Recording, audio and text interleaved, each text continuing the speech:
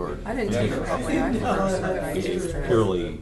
You know, and I agree with some, and I didn't agree with others, and it's like, but we're having a conversation. I think that's wonderful. She was living, I don't know what the it answer is. was the year before she just quit paying rent.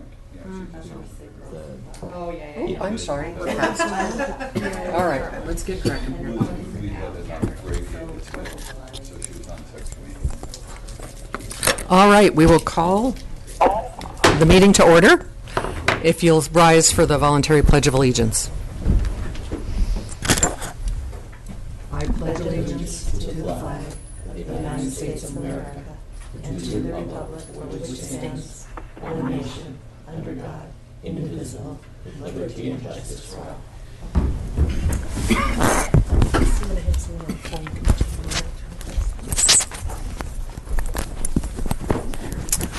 And will the clerk call the roll, please? Jay. Yes. Bob. Yes. Cindy. Here. John. Here. Mark. Kurt. Present. Nancy. Yes. Thank you. And the next item on the agenda is the approval of the minutes from June 16th. So move. Second. It's been moved by John Haverlick, seconded by Nancy Strand, that we approve the minutes. Is there any discussion? Hearing none, will the clerk call the roll? Bob. Yes. Cindy. Yes. Jay. Yes. Nancy. Yes. John. Yes. And Kurt. Yes. And we unanimously approve the minutes of June 16th. The next item is amendment and approval of the meeting agenda. Are there any amendments to the agenda? Hearing none, do we have an approval of the meeting agenda? Move to approve the agenda. Second. Moved by John Haverlick, seconded by Bob Lynn, to approve the meeting agenda. All those in favor, voice vote. Aye. Aye. Aye. Opposed? And the agenda is approved. The next item is public hearings and bid awards, and there are none. And the next item on the agenda is visitors' views related to the agenda. Is there anyone that wants to share? Moving on, visitors' views unrelated to the agenda. And there are none. The next item is board, commission, and committee reports, and there are none. And there is also no consent agenda, which is the next agenda item. After that, we're cruising right through here today. We have the report of other officers, and the clerk has submitted a report on the October 7th municipal election. And I will read her written report because she has some interesting points to make. Excuse me. The annual municipal election will be held Tuesday, October 7th, and this ballot will provide for the election of 36 elected positions as follows: 4 assembly members, 2 for 3-year terms and 2 for 2-year terms, 3 school board members, 1 each for 1, 2, and 3-year terms, 3 hospital board members, 2 3-year terms, 1 1-year term, 7 planning commission members, 7 library advisory board members, 7 harbor and ports advisory board members, and 5 public safety advisory board members, all with available terms of 3, 2, and 1 year. The public officials' financial disclosure reporting will be required for individuals running for election to the Assembly, School Board, and Planning Commission. An incumbent re-running for office will not be required to file an additional POFD, the Public Official Financial Disclosure, if they've already filed their annual report. Individuals not currently holding elected office will be required to make a candidate financial disclosure filing. Individuals wishing to run for office for hospital board, library, harbor and ports, and public safety advisory boards are not required to fill out these forms. To date, there is a possibility of 7 propositions to be placed on the ballot. The Assembly has already approved submitting the question of opting out of candidate financial disclosure reporting to the voters, and pending action by the Assembly over the next 3 meetings, there are an additional 6 more propositions, all relating to sales and use taxes. The Assembly has until the second meeting in August to finalize these additional proposals.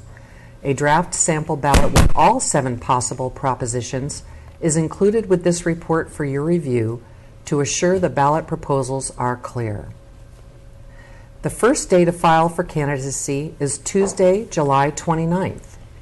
Nominating petitions and declaration of candidacy forms can be obtained from the front desk of the Finance Office during normal business hours or online at the Borough's website. The last day to file for candidacy is 5 o'clock, August 26th.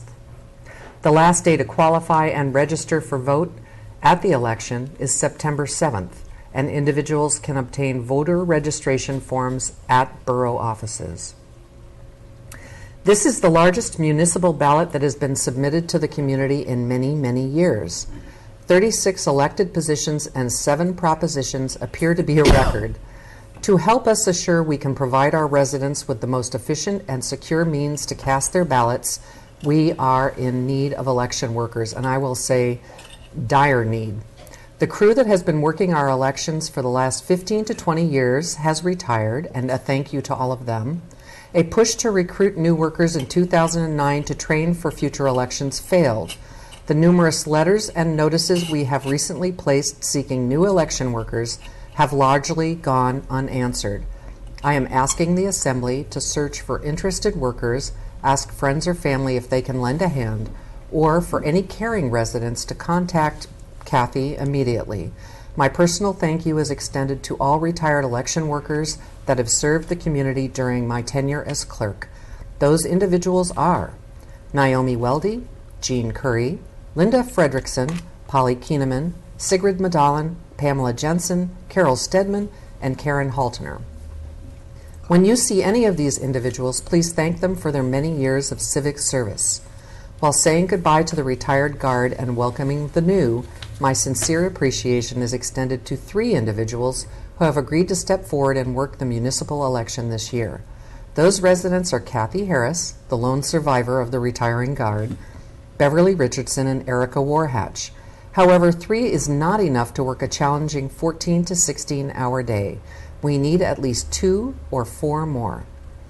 This year's election cycle also provides for a state-run primary in August and a general election in November. We can expect our voters to become confused on ballot issues as well as where to vote as the election time grows nearer. I encourage anyone with questions on any of the elections to contact my office, and we will point you in the right direction for answers. And that's filed by Kathy O'Rear, City Clerk.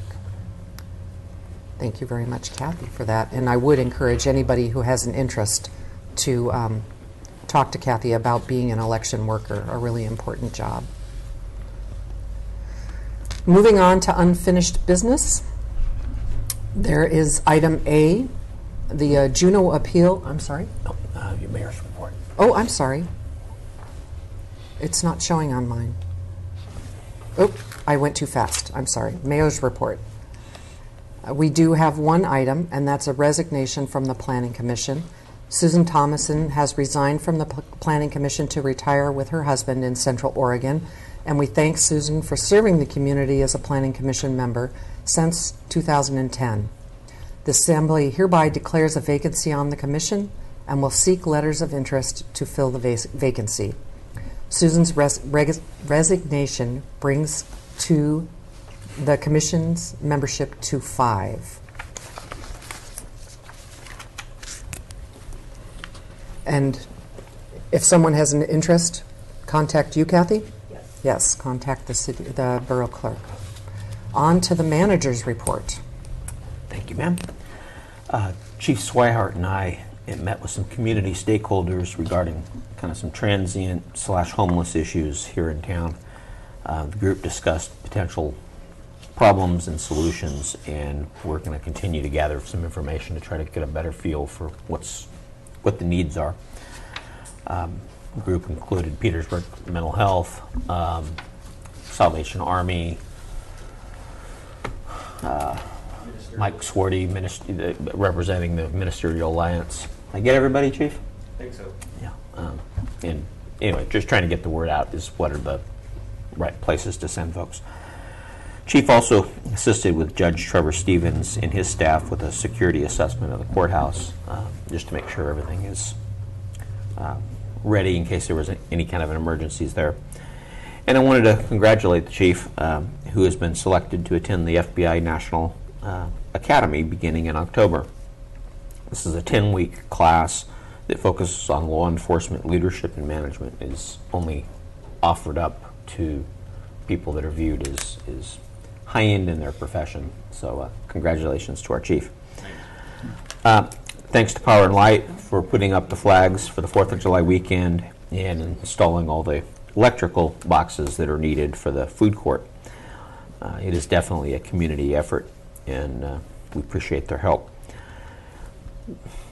Put some kind of an update from the latest SEPA meeting. It was held in Wrangell because it does have some impact on us. Official notice was given for the termination of the operations and maintenance contract with Thomas Bay Power Authority. It's expected, but it has now been given. We are continuing to work with SEPA and Wrangell and the Thomas Bay Power Commission Board on a final contract that transitions to SEPA operation of Tyee. That contract should be in front of the Assembly at the next meeting to ratify. And SEPA passed their annual budget, which includes some of those expenses that are expected to be handed over to them. We're working, we've got several borough employees that are helping me evaluate a company that specializes in online training for government employees. They offer about 80 online classes in issues such as ethics, safety practices, managing change, and customer service. Maybe an opportunity to provide some basic level training without the cost of bringing a trainer to town. They offer full access to their training library for roughly $124 an employee per year. So I've got, they're allowing us to have it tested by, I think, 5 employees right now, and I'm doing some evaluations just to see do they like the classes, do they think it's useful or not. The North Harbor skiff float had some issues with the ramp at the last set of -3 tides. Special thanks to Public Works and Ole Whitethorn for their help in kind of band-aiding until we could get the engineer and the construction company back. Western Dock and Bridge is expected to come back and make warranty repair as part of their contract, and they expect to be on scene this week. Today. Thank you. And the hope is they can get this thing fixed before the -4 tides in mid-July. Tamaco is scheduled to resume work with the pile driving on the drive-down project as we've gotten past the July 1st date that allows us to start working in water again. We did not get the latest round of salmon mitigation grant in the harbor. The agency that's responsible for that picked some other projects. Wanted to thank KFSK for their ongoing reminder to people to bail their skiffs with all the water. This really rainy weather helps the harbor staff immensely, and as well as the people who own them, to get down there, and much easier to bail that out at that point than the harbor having to go down there and deal with something that's sunk. Property tax invoices have been mailed. They are due on September 30th. Finance is working on closing out our last year, which ended June 30th, and getting ready for the annual audit, which is scheduled for August 4th. We are targeting the week of July 14th to replace the water service at Mountain View Manor. You may remember we had a water line break going to that facility. We've kind of band-aided it for the moment, and should have started next week working on that, and we'll be getting notices out to the people in the neighborhood if it's going to affect their water service. Pump Station 5 upgrades, the project is complete. This is the big pump station on Sandy Beach Road. Public Works is working with Parks and Rec on improving the aesthetics of the site, as well as decommissioning the old pump station. Pump Station 1 Force Main project, these are forced sewer lines, Phase 1 will be going out to bid soon as part of DOT's South Nordic Drive project. The goal, again, is to get that and Phase 2, which is actually the pump station improvements, ready to go so it can be done in conjunction with the paving project that will occur next spring and summer. The landfill slope stabilization project is nearing completion. We slowed down a little bit as the contractor was focusing on some out-of-town projects. Rock and Road is planning to start hauling rock to the landfill again after this past holiday, and they have until July 31st to finish up the job. The handicapped accessible van, which was grant funded, finally for Mountain View Manor, has made it through all of the necessary approvals, and we've placed the order with the dealer. Believe it or not, delivery won't be until November or December of this year. It's been one of those interesting dealing with the federal government on this grant. It's taken almost 2 years, I think, or a year and a half anyway. And something that I added late is maybe aware we're in current negotiations with our largest union, which is PMEA. The members will be voting on the proposed contract on July 9th, and this would be for the next 3 years. So we should know by the end of the week on whether they've accepted the contract or not. If they do, we will be presenting it to the Assembly at the next meeting. If not, we'll go back into negotiations and decide if we're at impasse or not. So, and that's it, unless there's questions. I have three, Steve. Yes, sir. And one deals with the chief also, but on the first thing you mentioned on the homeless, I also noticed that United Way was offering community grants, and I was wondering if we could maybe put in for that to focus just on, homeless issues and needs. May I speak to that? Please do. Definitely we'll be looking at things like that. One of the issues is trying to figure out what the need is. We realized when we all got in a room together that it's not as clear cut as just people not necessarily having a place to stay. That's why we talked about transient. What we're seeing is this mix of folks who live here, who have a home necessarily that may not be up to spec, Right. or need money for food or electricity, and that's one issue. The other is people who've come here for various reasons, and then suddenly it hasn't worked out and they want to go home. So whether they're cannery processor workers, whether they're people who thought they could come up and get a job on a boat, literally we found somebody that watched television too much, and so Right. bought a one-way ticket and was going to get a job working on a fishing boat up here in Petersburg. I mean, so part of the problem is trying to figure out what the need is. But You're exactly right. It goes to the United Way program. Is once we have an idea what the need is, then it's an issue of how do we fill that need. Right. And I think, like saying, it's a multifaceted issue, and it's going to have multifaceted solutions. Everything from one-way tickets to food to housing to just other support. Yeah, and the Salvation Army was great. I mean, they in some ways led the conversation because they already do so much of this that we were really unaware of, and it's right now Petersburg Mental Health is kind of sponsoring a survey. Right. We're trying to gather information, and we'll get together again at some point.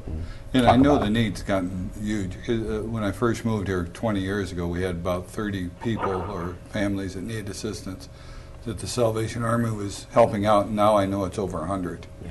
So it has really grown. The other thing I wanted to ask, and this would involve the chief also, I really want to congratulate you for catching the gentleman who came in here trying to sell heroin. I saw that in the paper also. And I was wondering, is it appropriate to try to put together a reward trying to recruit people to give information about different offenses, especially in the drug areas? I think it can be. At one time, I understand we had a fairly active Crime Stoppers program where the police department would answer calls, answer a tip line that was managed by a board, but the activity has fallen off, and like many of these other boards, we need volunteers, Sure. to come forward and manage that program. But those anonymous tips, if we offer an award, can be very effective. Okay. So it would be worth trying to get something like that going again, or? I think so. I think it would have some value, yeah. Thank you. In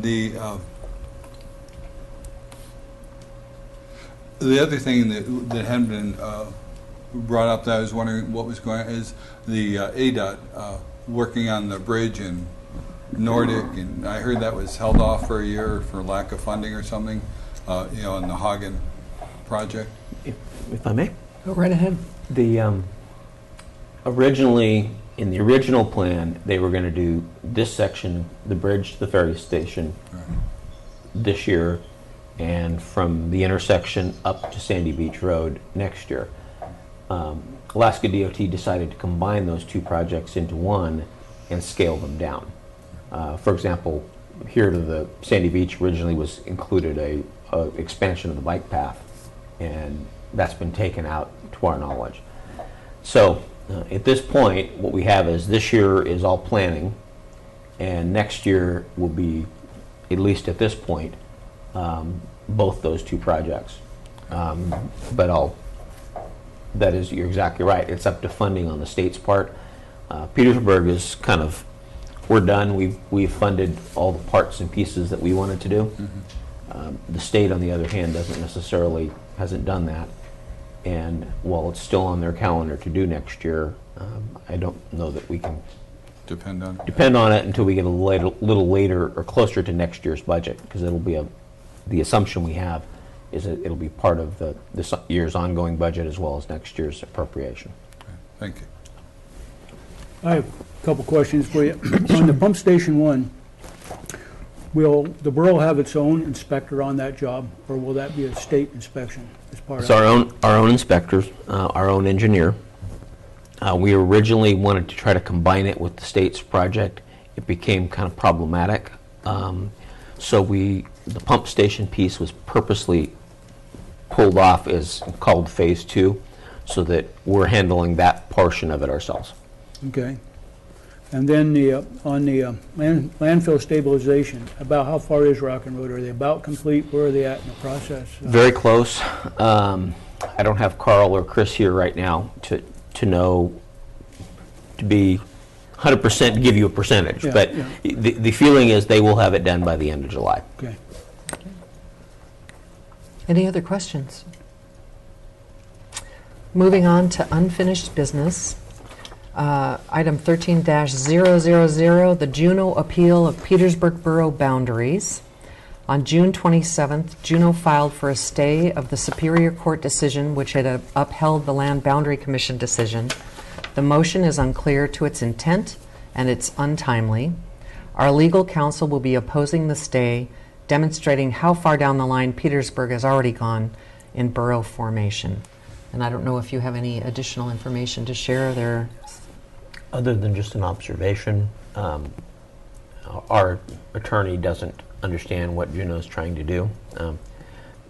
One of the arguments that we made, that the Petersburg Borough made to the court, was that we had gone down the process of forming a borough, and that therefore Juneau's appeal should be thrown out.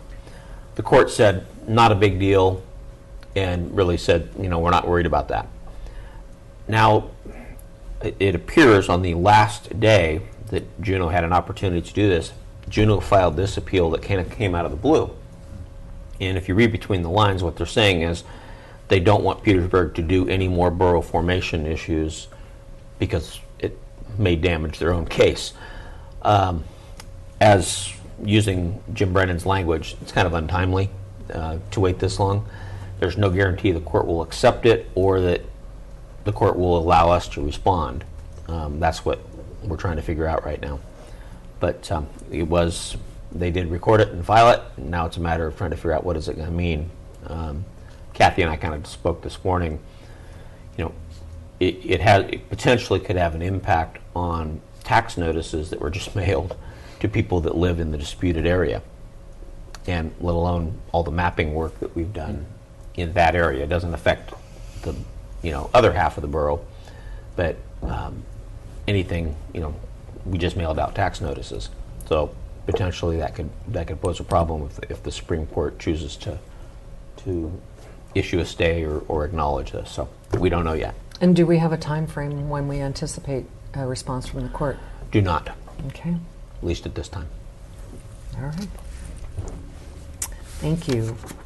Moving on to new business, we have ordinance 14-2A, an ordinance limiting senior citizen sales tax exemption to those who have obtained and maintained an exemption based on a qualifying application submitted by December 31st, 2019. The ordinance, if passed by the Assembly, will be presented to the voters at the October 7th, 2014 election. If approved by the voters, no senior exemption cards would be issued after December 31st, 2019. Seniors that have qualified to already obtained or maintained exemption cards by that date, December 31st, 2019, will continue to be able to use their existing card after the sunset date. If they qualify. If they continue to meet qualifying standards as presented by other, That's correct. okay. So do we have a motion? So move. Second. We have a motion by John Haverlick and seconded by Nancy Strand to consider ordinance 2014-12. Is there any discussion? I'd like to just make a comment on it. When I looked at the draft ballot that Kathy put together, I'd like to see a sentence added in there on this particular item that would say something that, as of that date, there will be no further senior exemption, something to that effect.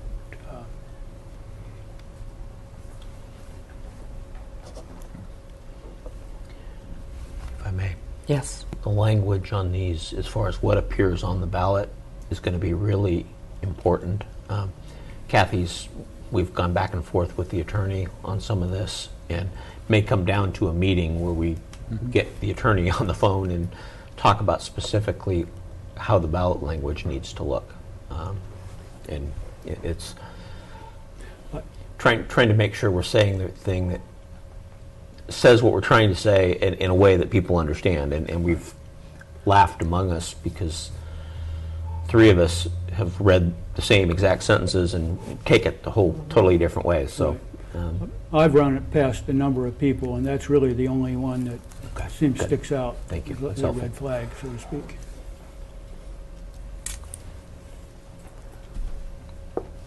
So did you want to offer that? Is that an amendment or just a modification? That's up to Bob. Actually, we're still working with that ballot language. We can take that into consideration. Okay. And before we have you guys approve the ballot, Okay. we can Okay. try to have it corrected. So we have a motion on the table. Can the clerk call the roll? May I comment on that, Cindy? Yes, go right ahead. In regards to this and the other ones, my only 2 cents are that regardless of our own opinions, I firmly believe this is a decision that should be made by the voters, and I'll be voting to approve this measure so that it can appear on the October ballot. All right. Thank you, Jay. Anyone else? Will the clerk call the roll? Cindy, No. Nancy, Yes. John Hemmerle, Yes. Kurt, Yes. Jay, Yes. and Bob. No. Motion passes 4-2. Correct. Yes. Moving on to ordinance 2014-13, an ordinance eliminating the senior citizen sales tax exemption applicable to non-borough state residents. If passed by the Assembly, the ordinance will be referred to the voters at the October 7th, 2014 municipal election. Do I have a motion? So move. Second.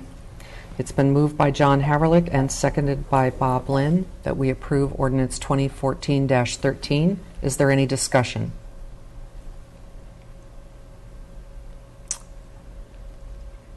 Hearing none, will the clerk call the roll? John, Yes. Kurt, Yes. Nancy, Yes. Bob, Yes. Jay, Yes. Cindy. Yes. Motion passes unanimously. Moving on to ordinance 2014-14, an ordinance limiting the senior citizen sales tax exemption to the purchase of groceries and residential heating fuel. If passed by the Assembly, the ordinance will be referred to the voters at the October 7th, 2014 municipal election. Do I have a motion? So move. Second. Sorry. It's been moved by John Haverlick, seconded by Nancy Strand to approve ordinance 2014-14. Is there any discussion? Hearing none, will the clerk call a roll? John, Yes. Jay, Yes. Kurt, Yes. Bob, Yes. Nancy, Yes. Cindy. Yes. And that ordinance passes unanimously. The next ordinance is ordinance 2014-15, an ordinance raising the sales tax exemption cap from $1,200 to $2,000. If passed by the Assembly, the ordinance would be referred to the voters at the October 7th, 2014 municipal election. Do I have a motion? So move. It's been Second. moved by Bob Lynn and seconded by Nancy Strand to approve the ordinance. Is there any discussion? Just one question. Why did we decide, what was the, how did we settle on $2,000? Actually, the proposal was $1,500, and John moved that we raise it to $2,000, and the Assembly passed that. Okay. Hey, could I ask Jody a question, please? Sure.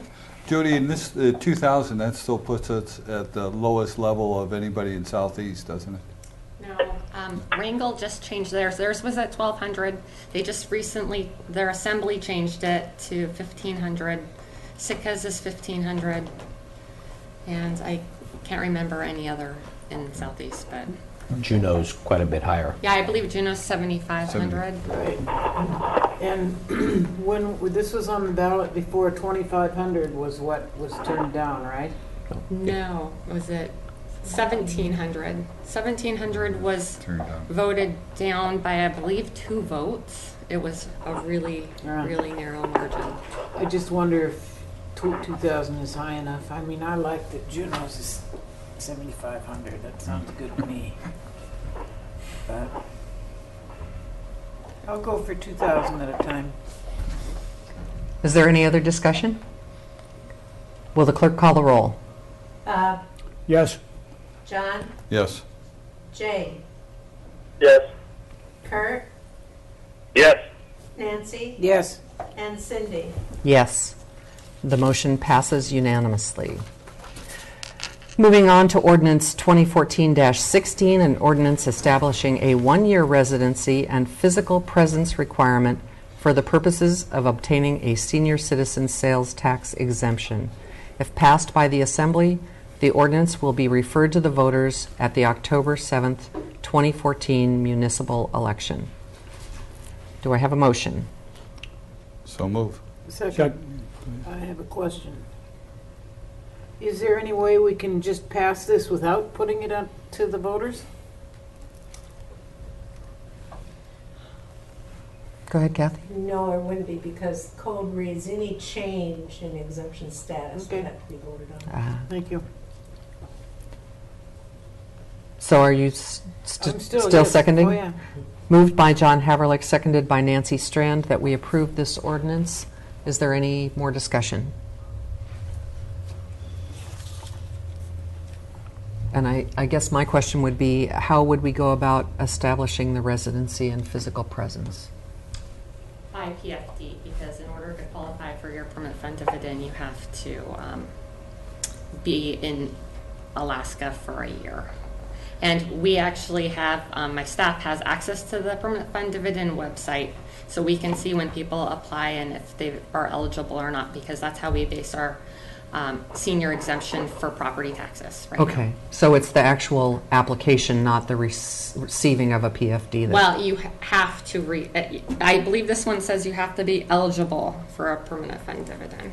So it's not just applying for one, because you could get turned down, but actually have to be eligible. Okay. Is there any more discussion? Will the clerk call the roll? Jay, Yes. Kurt, Yes. Cindy, Yes. John, Yes. Bob, Yes. Nancy. Yes.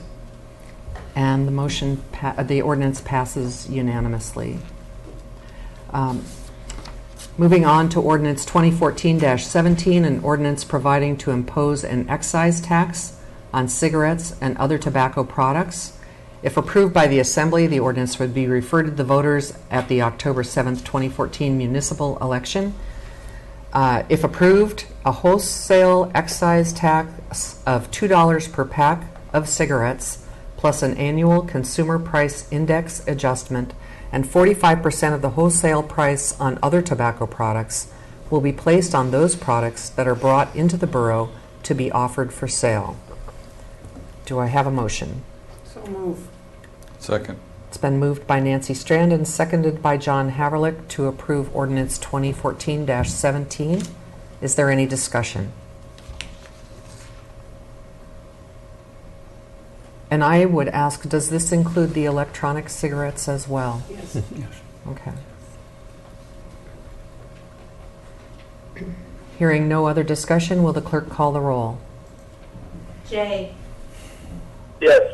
Bob, Yes. Cindy, Yes. John, Yes. Kurt, Yes. Nancy. Yes. And that motion is approved, or ordinance is approved unanimously. Moving on to our last ordinance, ordinance 2014-18, an ordinance providing for Chapter 3.85, which is historic preservation of the municipal code, and providing for an appointed advisory commission. At the June 2nd meeting, the Assembly was presented with a petition signed by 50 borough residents requesting that the prior city ordinance number 827 be readopted as a borough ordinance. The supporters of the petition informed the ordinance would promote and enhance knowledge of the history of Petersburg. Do I hear a motion? So move. Is there a second? I'll second it. Is that Kurt? Yeah, or Jay, either one. It's been moved by John Haverlick and seconded by Kurt Walhuter that we approve ordinance 2014-18. Is there any discussion? Does this I'd like- go on the, Go ahead, Nancy. does this go on the ballot too if we approve? No. So, oh, because it's a resolution. No. No. How come we don't have to put this to a vote? It's an advisory. It doesn't require it. Yeah. It can be assembly action. Yeah. I could say to you guys, it came forward to you in a, what I call a friendly petition manner with 50 signatures on it. And I believe if you would have put them to the test where they had to actually go out and push an initiative, they would have gotten it. And I think the initiative's borderline is less than 50 signatures. Oh, So that's why it's coming to you this way. Well, plus here's 50 names of people who apparently are willing to serve on the commission, so. Hope that's the case. and if not, we'll recruit them for Well, elections, eh? That's where we started. And it is appointed, not elected Yeah. board. Yes. I'd like to make a motion that we add a provision in here that if the commission does not meet for a 2-year period, that it's dissolved, or consecutive for a 2-year period, something to that effect. So that would be an amendment to the Amendment motion? to the proposed ordinance. Do we have to have a motion on the ordinance first? You've got a motion out there to adopt. That's right, we do. Consider it. I'm Yeah, sorry. This is an amendment. Is there a second on the amendment? I'd second it. I'd like to see it annually, but 2 years is fine. Is there any further discussion on the amendment? Hearing none, will the clerk call the roll on the amendment that if the commission doesn't meet for 2 years, it would be dissolved? Okay, Cindy, Yes. Bob, Yes. Nancy, Yes. Kurt, Yes. John, Yes. and Jay. Yes. And that amendment is unanimously approved. And now we move to the ordinance itself for the Historic Preservation Commission. Is there any further discussion on that? Hearing none, will the clerk call the roll? Okay, this is to adopt it as amended. As amended. Nancy, Yes. Kurt, Yes. Cindy, Yes. Bob, Yes. Jay, Yes. John. Yes. And that is unanimously approved. We now have a Historic Preservation Commission. Moving on to Resolution 2014-09, a resolution increasing the monthly E911 surcharge to $2 per month. The borough has an estimated expense of E911 improvements and maintenance of $500,000 over the next couple of years, with only $29,700 currently available in the E911 Emergency Communications Fund. Do we have a motion to approve? So moved. Second. It's been moved by Nancy Strand and seconded by John Haverlick to approve Resolution 2014-09. Is there any discussion? Hearing none, will the clerk call the roll? Kurt, Yes. Nancy, Yes. John, Yes. Cindy, Yes. Bob, Yes. and Jay. Yes. And that resolution is unanimously approved. Moving on to communications. Have there been any communications to share? We did actually have one letter that Mark sent along, and that was on the transboundary river issue. And unfortunately, I've got it in my email and not as an attachment, but it was building on, we had already weighed in before on transboundary rivers and activities that are, mining activities that are happening up in Canada. And it's a request from a group affiliated with Trout Unlimited to continue to apply pressure to pay attention to what's happening on transboundary rivers. Moving on to assembly discussion items. Are there any recognitions? John. I have four. The first one's I'd like to recognize Dave Berg for all the great things he does for the community. Between the volunteer fire department helping run that, and the fireworks, and tourist industry to bring business to town, and he's just involved in everything, and I just really appreciate all his hard work. He probably should be on the payroll, at least. The other one is Marvin King over at the cold storage. That guy is always there, and I know that he talked to him the other day. They provide $40,000 worth of free ice just for the fishermen coming through, and I've taken advantage of that. And he's 4th of July. He was working all day to take orders and help out and provide ice. And he's just really appreciate all his service. And the other one is Rob Thomason.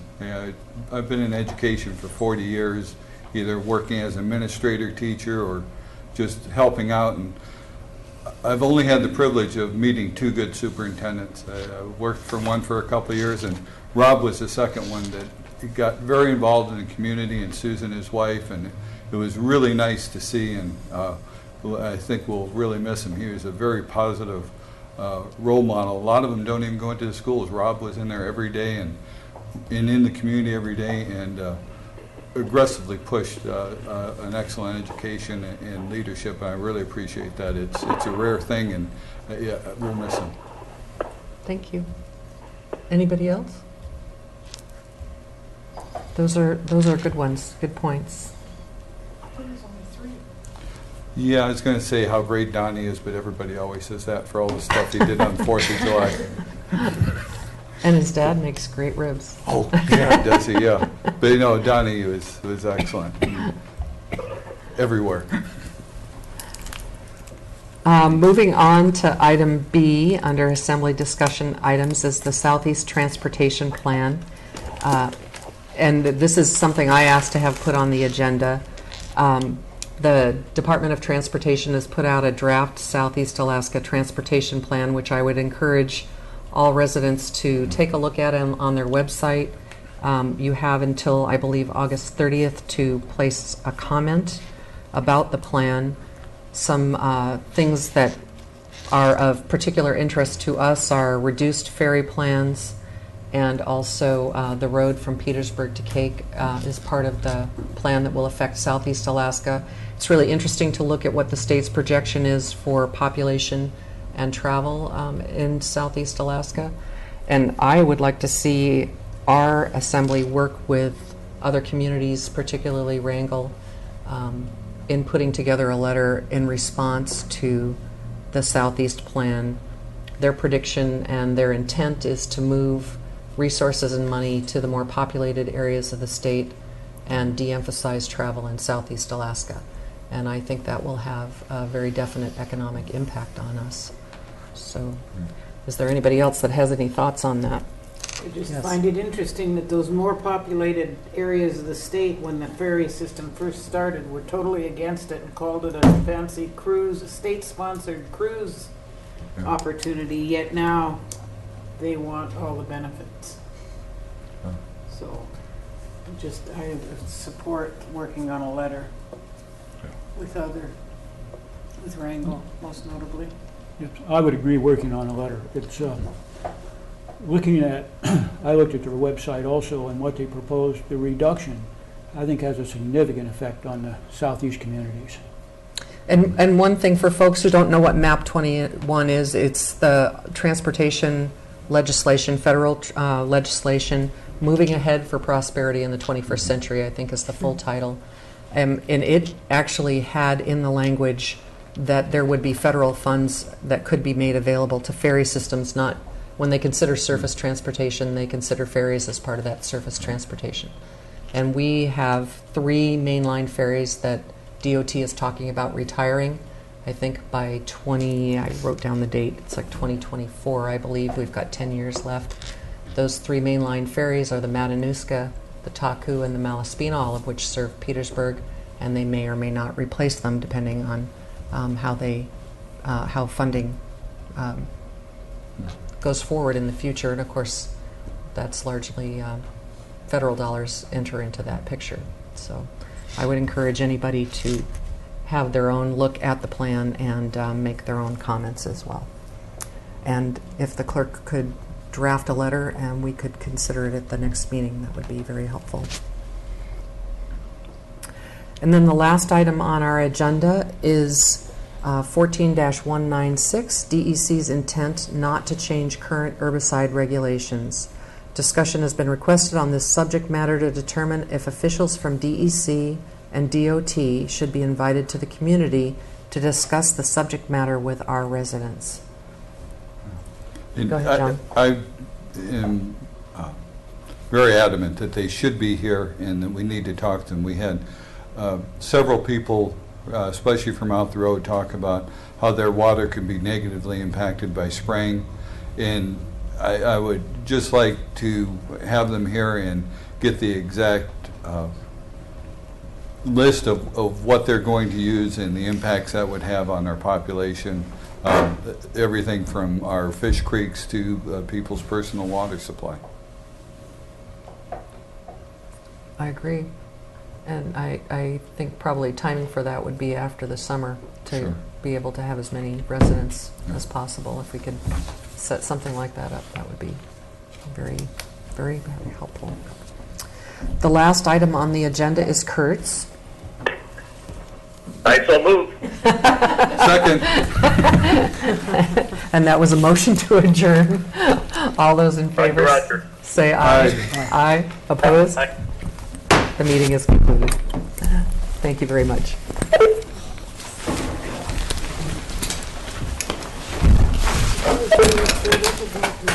The individual witnesses also seems like